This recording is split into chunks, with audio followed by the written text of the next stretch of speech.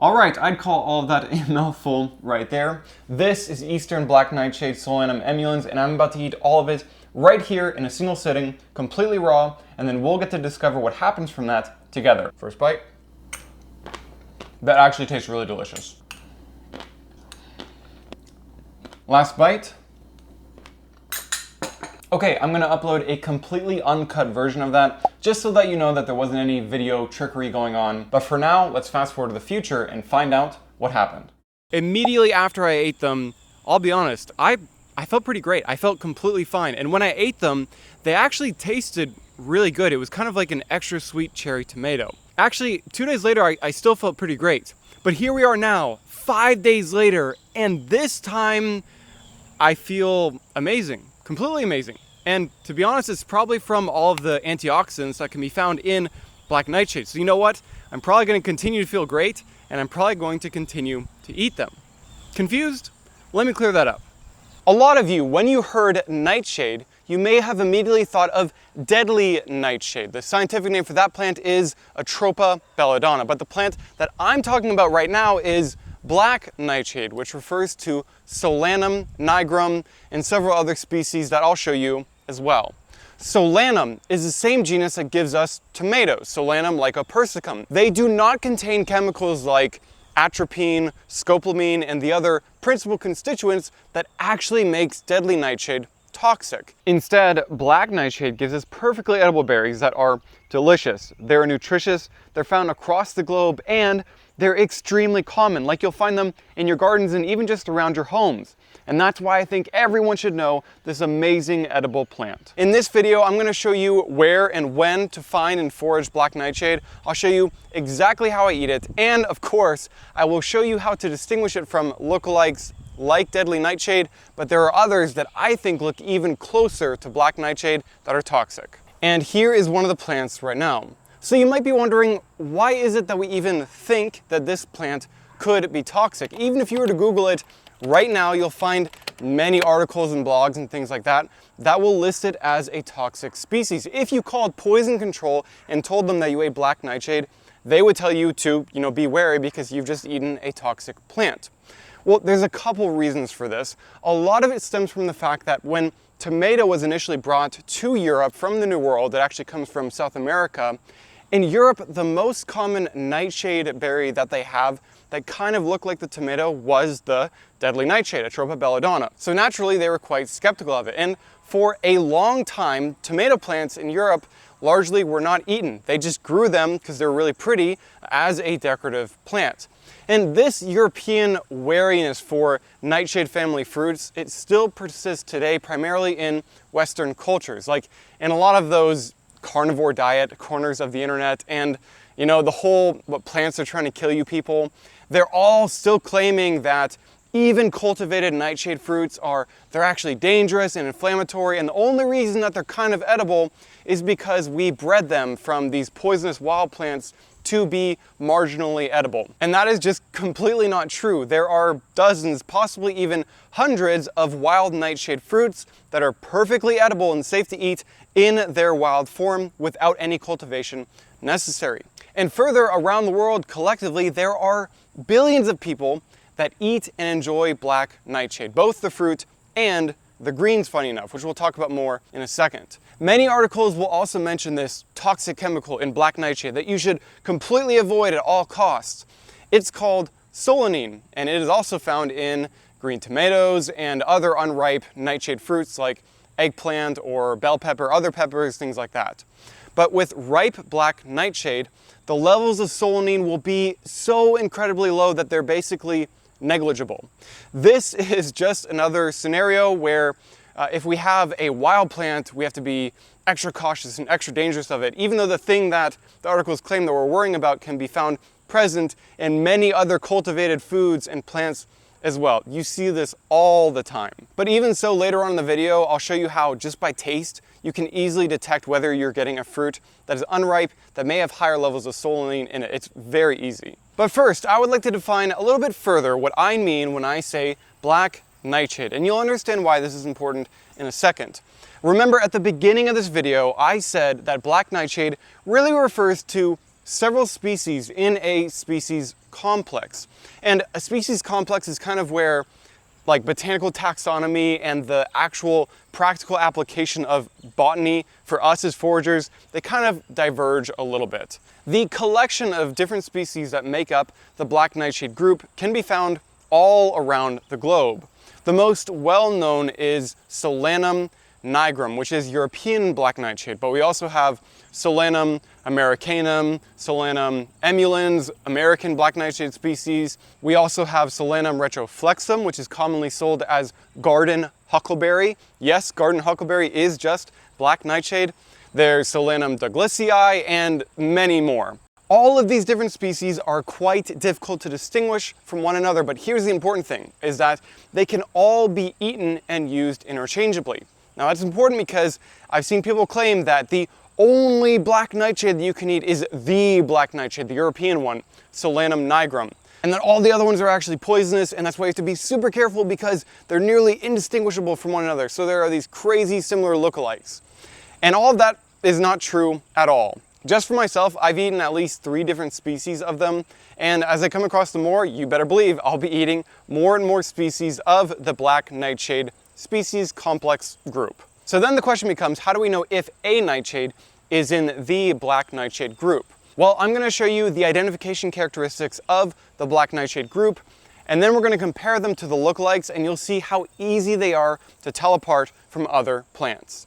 There are 5 distinctive characteristics that I want you to be looking for to identify this plant. And don't worry about memorizing them, by the way. I put them all in the pinned comment for you. Black nightshade has flowers with 1, 2, 3, 4, 5 white petals, and then they have a little yellow anther in the center there. They're usually quite small, not much more than 1/4 of an inch across. So, white, tiny flowers, that's number 1. Next, moving on to the fruit of black nightshade, here's an immature one right there. When the fruits are mature, they are black, for which it gets its name. That is number 2. But staying with the fruit, they also come in clusters. They're not born in a single one, they will come grouped together. That's number 3. And then we have this top part of the fruit right here that is called the calyx. Now, the calyx of the fruit on black nightshade will never go past the actual width of the fruit itself. It's smaller than the diameter of the fruit. That's number 4. And then number 5, the plants do not have any sharp prickles or spines on them or anything like that. And that's it. If you have all those traits, then what you have is a black nightshade. Actually, I want to clarify this point on identification a little bit further. Even though I can't think of any plant in the world that has all the characteristics of black nightshade that you could mistake it for, when I'm talking about applying these patterns, I really mean after you've determined that the plant that you're dealing with is a nightshade plant. Now that might sound difficult, but it's actually fairly easy to do. And if you thought, hey, those flowers kind of look like tomato flowers, or they kind of look like pepper flowers, then you're already well on your way to being able to do this. And I have a free class that's going to walk you through every single detail and pattern that you need to know to be able to recognize plants by their families. This is very important for foragers. And while we're here, I also wanted to mention this book right here, Nature's Garden by Sam Thayer, which really helped me out with the research for this video and goes into even more depth, debunking all of the myths and claims about black nightshade toxicity. It's a really, really good read. The link to it is in my description along with other books that I recommend. And while we're talking about the myth of black nightshade toxicity, whenever I make a video about this plant, no matter how much I explain it, you always are going to get naysayers that write comments that just cannot believe, that can't fathom that it actually isn't toxic. So check out the comments because they might be down there and it'll be a fun viewing experience for you. But back to identification, you'll see when we go through all the lookalikes how easy it is to distinguish black nightshade from any plant that I can think of that even kind of looks like it. Now let's talk a little bit more about gathering and eating this incredible plant. We'll start, believe it or not, with the greens of this plant. Now, the ones that I have here, we're getting into the beginning of autumn, and that's going to be pretty late for gathering the greens. We really want to get them in the springtime when they are just coming up and they're tender and juicy. In addition, this is one that you cook and prepare very similar to how you do something like poke salad, where you'll do like 1 to 2 changes of water to remove any bitterness in the greens before you eat them. This is not one that you want to eat raw. In my area, they really don't grow that vigorously and they aren't that tender, so I don't eat the greens that much. But when I was visiting and talking to Sam Thayer about this, he calls black nightshade like one of his favorite wild vegetables ever. So maybe I need to try and grow them in really rich soil to try that out myself. The part that I really love is the fruit. Oh, there's some ripe ones right here. So good.